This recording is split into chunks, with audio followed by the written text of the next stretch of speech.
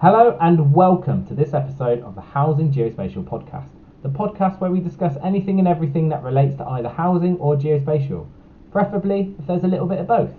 Housing Geospatial was formed as we believe place matters for social housing and that geospatial information is woefully underrepresented within the housing sector. This series is around sharing a collective knowledge for the housing sector. You can find us on either our group page on LinkedIn or feel free to head on over to our website at www.housinggeospatial.co.uk. I'm your host, Chris Kinnear, and our guest for this podcast is the ever data-focused Richard Flemmings, who's the CEO at Map Impact. Thanks for joining us today, Richard. Thanks for having me, Chris. So, first things first, how are you involved in housing or geospatial? So my whole career has been in geospatial. I actually did a degree in cartography in the late 1990s, which shows my age. And since then, I've been involved in the geospatial industry, all manners of aspects of the geospatial industry. And it's probably in the last 5 years or so that I've really been involved, got more and more involved in the property and housing sector, and specifically within Map Impact and some of the things that we're doing, which I've no doubt we'll talk a little bit more about as things go on. So, we've just talked about your early degree of doing cartography and being involved in geospatial for a while. You've got such a history of your work within geospatial. Can you tell us a bit more about what you've done in the past? Yeah, absolutely. Yeah, it has been quite varied. So I started my career as an aerial surveyor, and that involved me doing aerial photography all over the UK. And then when it was winter and the weather was poor in the UK, going down to Africa, touring all over Africa to perform aerial photography there, which was fascinating, really great opportunity to see some amazing locations. And then I have worked on a variety of different projects related to that. Done a stint in the MOD, so on secure mapping projects, which was very interesting. And then became very involved in satellite Earth observation data, which is where my career has been for the last 12 or 13 years. And a lot of that was initially with a Middle East focus. So I lived in the Middle East for several years and delivering satellite Earth observation projects over there, normally around environmental impact assessment work. And all of that has really led through to the formation of Map Impact and what we're doing in Map Impact now. That ties us in perfectly. Like, you're the CEO of Map Impact. Can you tell us more about what it is and what services you provide? Yeah, absolutely. So Map Impact, a reasonably young company. We founded about 2.5 years ago. And the vision of Map Impact is to really cut down barriers of access to geospatial and Earth observation data, but with a specific focus on climate, biodiversity, and environmental risks. And everything we've been doing inside Map Impact to date has been often led by legislative demand. So what we're seeing across the whole market of land management and property and asset management is that people are really waking up to the impacts that climate change is going to have on their assets. And that's where we've seen the opportunity for Earth observation data, which is quite an underused tool so far, I would say. And some of the things that we've done so far are quite unique in the marketplace. We're the first to market with some of the things that we've done. And really proud to be taking what can be quite complex technology in Earth observation and interpreting that through into something that property owners, asset managers, landlords, land managers can all use in a straightforward way amongst all of their other work. That sounds incredible, especially like the environmental focus with Earth observation. I've just had a sudden thought. For those who are unaware about Earth observation, can you tell us a bit more about that? Yeah, absolutely. So, that's a really good point, because I make this assumption that geospatial and Earth observation are just a sort of bed partners. They're very well known together, but actually, we hear this a lot that there is sometimes a bit of a disconnect between these two technologies, although they are very closely connected, can be somewhat of a disconnect between them.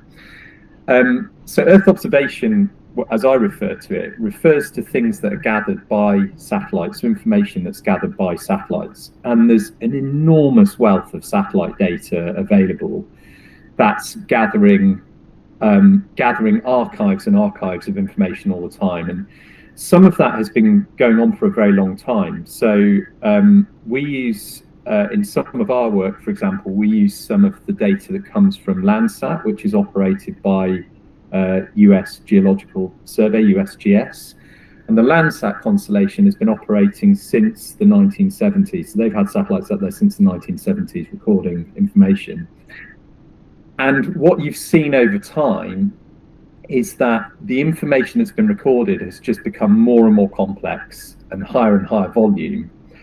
But what hasn't really happened yet in many domains, it has happened in some, is actually connecting that through to use cases and end users and value on the ground. And so that's something that we've been really keen to do, particularly around property, real estate, and housing, with that focus. So thinking about the Landsat data you're using, what are some of the interesting data sets which you've been able to create and offer as a result of this?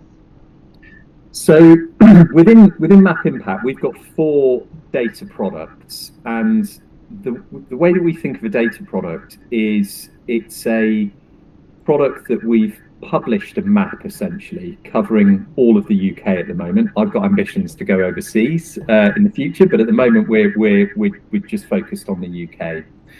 So we have 4 data sets that cover all of the UK. So we've got a biodiversity score for everywhere in the UK. We have a wildfire susceptibility and risk score for everywhere in the UK. We have a heat stress score for everywhere in the UK, and we have a drought score for everywhere in the UK. So we're actually, when we talk about products, that score is consumable or usable by our end customers in a variety of ways. They can ping our database and get a score back. They can have a layer that they can put into their own GIS system. They can come to us and say, can you run a report if they don't have any GIS capability?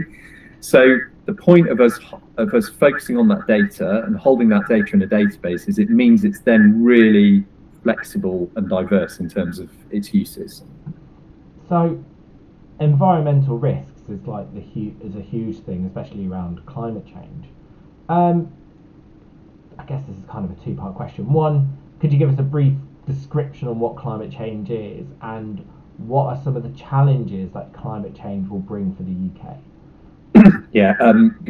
So what we're seeing, we decided with our data to focus on what we might call new perils here in the UK, and they're not new perils. They're just perils that are climate perils that are rapidly going up the agenda. So the focus on wildfire, heat stress, and drought is partly because no one else has published data sets in the way that we have yet. So we're first to market with these scores associated with these climate risks. They're also seen as partly seen as kind of secondary risks to flooding. So flooding is a very well-trodden market. There's some very established players producing flood maps, and there's actually some very good open source data from the Environment Agency that shows flood scoring across England, and then you can get hold of really good stuff across the UK for flood. But we saw this gap with these other climate risks, and the way that climate is changing here in the UK is that we're seeing this greater almost variation and flux between seasons. So what I mean by that is you're having more flooding in the winter because you're getting more intense rainfall and wet periods, but then you're also getting much more longer dry spells in the summer. And in particular, this summer, the summer of 2025, has been a very powerful example of that, where we've had the driest summer ever recorded, we've had one of the hottest summers ever recorded, and we've had the by far the largest number of wildfires ever recorded in the UK. And actually what we see, these two things, it's all quite interconnected. So things can't really be considered in isolation, because if I use the example of wildfires require fuel in order to become a fire. And what you need for that fuel to grow is often wet and warm conditions, which is the way our winters are going. They're getting wetter and they're getting warmer. So that's making fuel that then, when it becomes drier in the summer, you have a much larger base of fuel for wildfire. So actually everything is quite interwoven and interconnected. And what we're seeing is that all of these things are just going to keep exacerbating further into the future. And a lot of the clients that we're working with are cottoning on to this, and they're coming on board with this. We've got some really good forward-thinking clients who are realizing that they have to think about these perils now. And so we're beginning to get some really good adoption around these risks that we've looked at.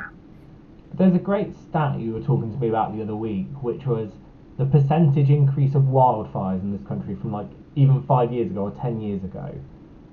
What was that? Is it like it's up in the hundreds of percent this summer. It's a multitude above where it's ever been, both in terms of number of hectares burned and number of actual wildfire incidents. And the interesting thing is that you see a lot of, you occasionally see this in the news. It does make it into the news cycle in the summer, briefly, often. And you often see moors burning, big moorland fires, which is quite a common thing. You'd expect that. But what we've also seen this summer, more and more, and as well in summer 2022, which is another very warm summer, is you're seeing this in the urban fringes much more, and you're seeing it get to the edge of housing estates, or even actually beginning to burn down houses, these wildfires. So it's not an issue that is just out in the moorlands. It's beginning to cut closer to urban environments. Yeah, I remember that one a few years ago, just outside of London, down in like near Dartford, Bromley sort of area, and that was all over the news. But like you said, it's gone up hundreds of percent. That's insane. Really quickly, I just want to clarify on climate change. We're talking about man-made affected climate change through the release of CO2 and other greenhouse gases. Just for everyone. Yeah, absolutely. And I think what we're seeing, and the way that we've approached this, is we look at the landscape. So underpinning all of our climate scoring is an understanding of what's going on in the landscape. So I mentioned the example of fuel for wildfires. That requires an understanding of what's the condition of the habitats in the landscape. So we know that, and that forms the basis for our risk scoring now, saying what's the risk at this location now of a fire starting, or what's the risk during a drought of this place being impacted, what's the risk during a heat wave of heat stress here. So we're doing that now, but we're then using the Met Office models called UK CP18. We're overlaying that on those susceptibility scores to then model out into the future. And that forward modelling is based on what we call different scenarios. So you mentioned it being sort of man-made climate change. At the moment, climate scientists are thinking there's some range in that. So there's this whole thing around a 2 degree global warming and so on. We can model based on it being 2 degrees. So we can say, this is your susceptibility now. If the world warms up by 2 degrees, this is what it will be in 10 years, and 20 years, 30 years. But then a lot of people are actually beginning to look at much more extreme versions of that.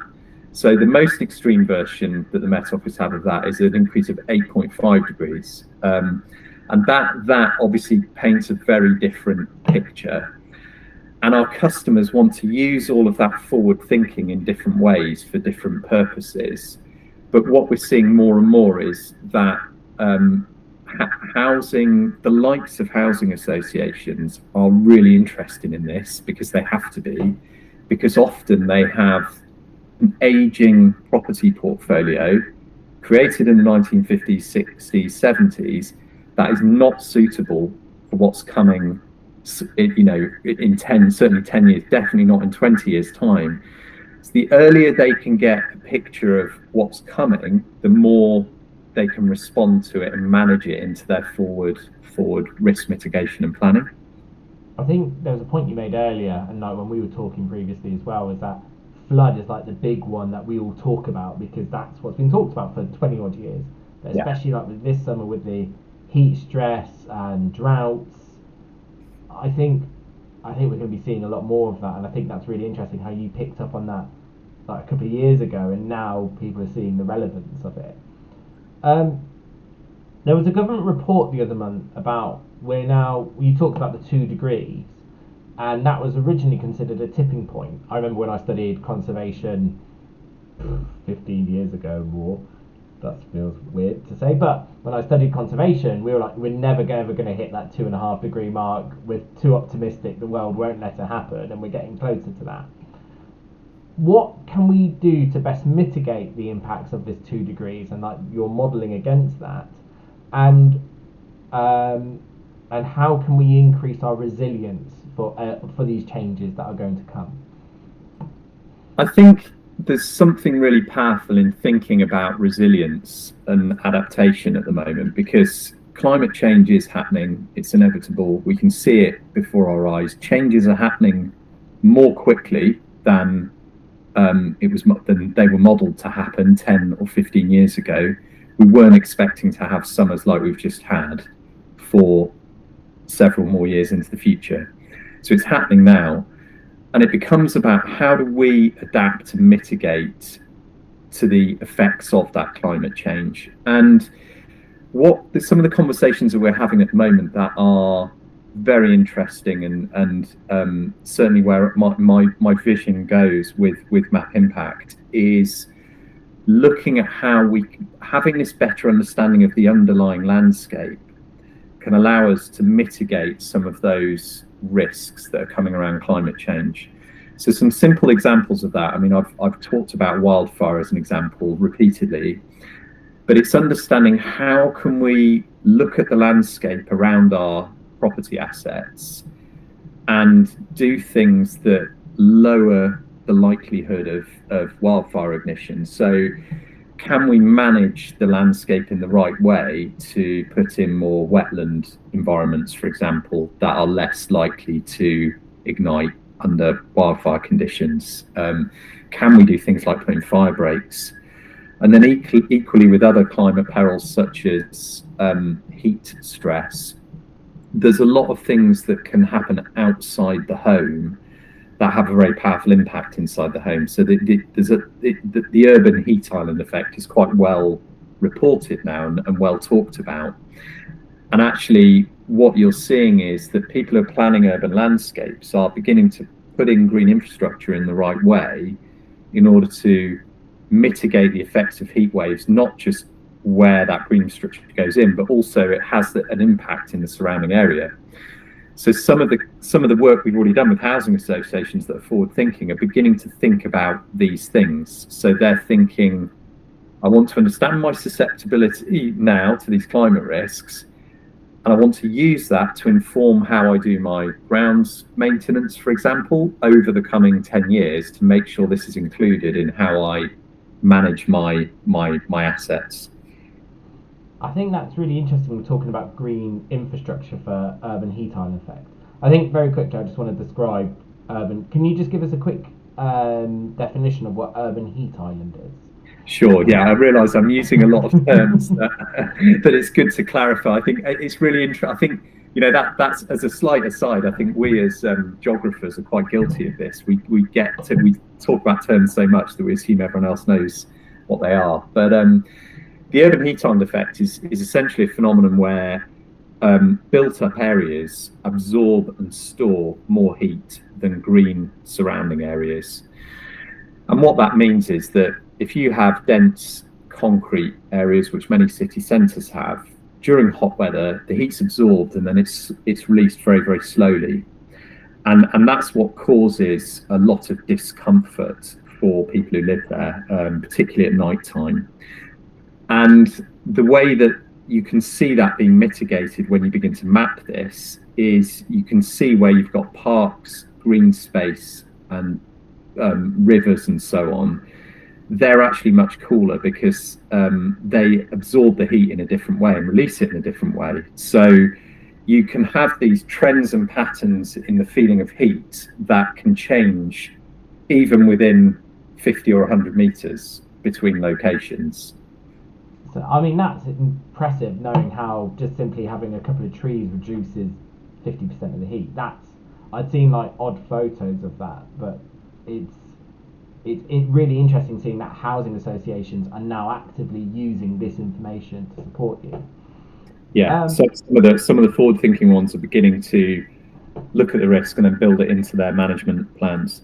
And that's really the right way to go about it, isn't it? I'm just trying to think a bit more, but we'll move on kind of to a different tack. So we've talked about map impact, we've talked about some of your products, and we've talked about environmental risks and climate change. But you as an individual, you're really passionate around breaking down silos when it comes to organisations and data. So this is kind of a two-parter. One is what's your experience with siloed individuals and siloed data sets and things? And then how can geospatial begin to bridge these silos together? So I think in terms of silos, you see this all the time. You know, I have conversations with some of the larger housing associations, for example, and I show them our data, and they think this is incredible. I could use this across 4 or 5 different departments. So, for example, I could use it with the insurance team. I've mentioned asset management. There's various other sort of things within there that they recognise they could make lots of uses of the data. However, what you find is that, and this links to geospatial, what you find is that the GIS capability, which is the thing that unlocks a lot of this, is within one department, and it's not well known within other departments, and therefore you don't get the power of this information being used as well as it could be.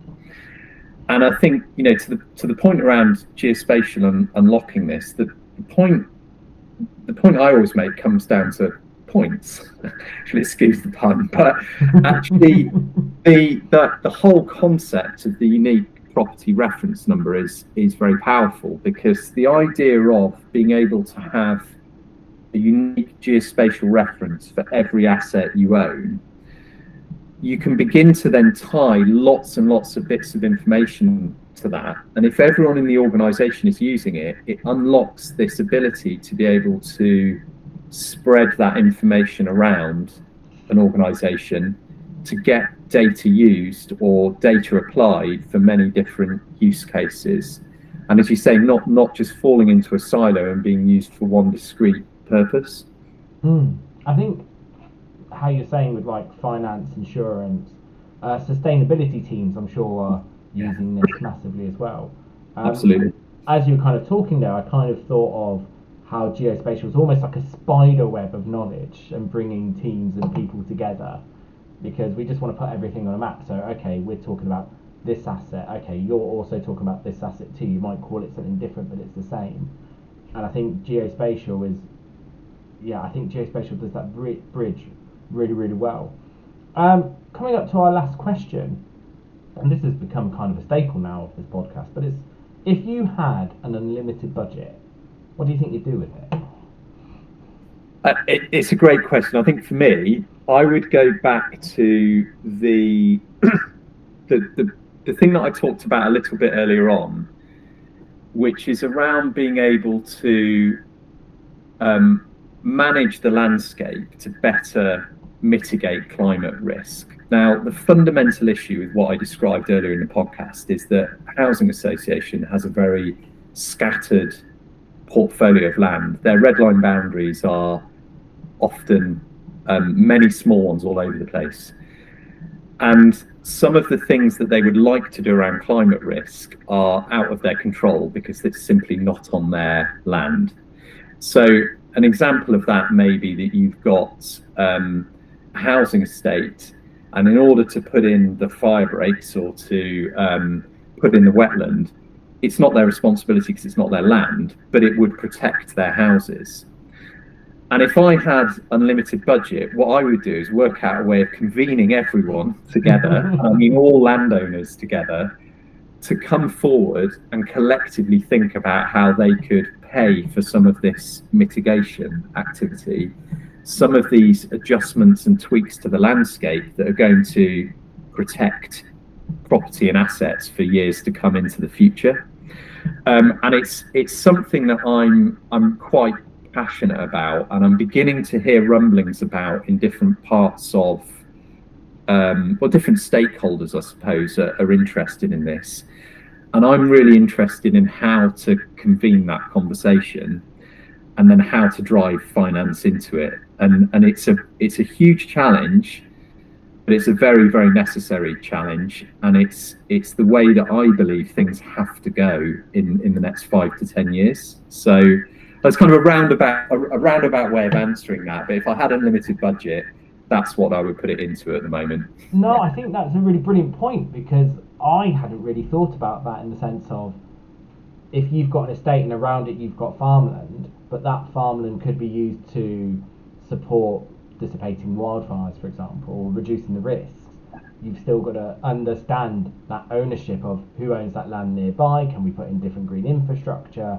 And I guess it's the same in inner cities as well. If you've got like a block of flats but you don't own the road, and could you then ask to install green infrastructure, and that funding would support? I think that's a really brilliant use of that funding as well, if it was ever available. And it's all tied back to geospatial. It can all be managed through a geospatial picture of things, using geospatial as the anchor for it all. But it also goes back to a question about silos and working in silos, and actually it's partly around unlocking a lot of that as well. By facilitating this and getting it all working correctly, you're unlocking silos. But I think, because I'm very passionate about it, I think geospatial can help as the tool to answer all of that. Oh gosh, that's given me something to really think about, and I'm going to have more of a thought about that later on today. But thank you so much for joining us today. It's been absolutely brilliant having you on.